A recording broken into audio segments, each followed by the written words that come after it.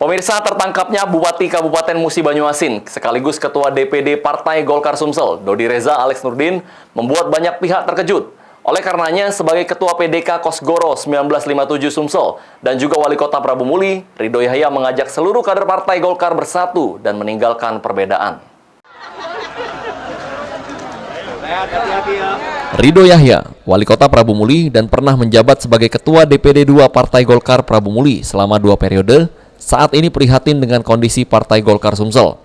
Pria yang masih aktif di partai sebagai Ketua PDK Kosgoro 1957 Sumsel ini enggan berkomentar banyak terkait kasus yang menjerat Dodi Reza dan Alex Nurdin. Akan tetapi dirinya lebih condong memperhatikan nasib Partai Golkar Sumsel ke depan.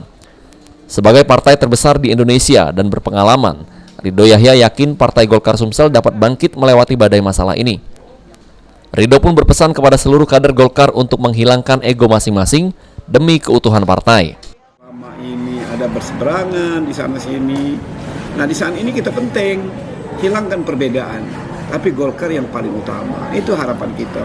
Apalagi sebentar lagi kita akan pileg, akan pilpres, akan juga pilkada. Nah, tentunya kan kita berharap ya walaupun kita tidak bisa mendominasi seperti dahulu, paling tidak ya masuk 3 besar lah. Jangan sampai Golkar jadi anjlok kabah. Kuncinya lupakan perbedaan, mari kita bersatu. Golkar adalah segala-galanya. Dengan situasi ini, puncak pimpinan Partai Golkar di Sumatera Selatan akan mulai dilirik oleh kalangan internal.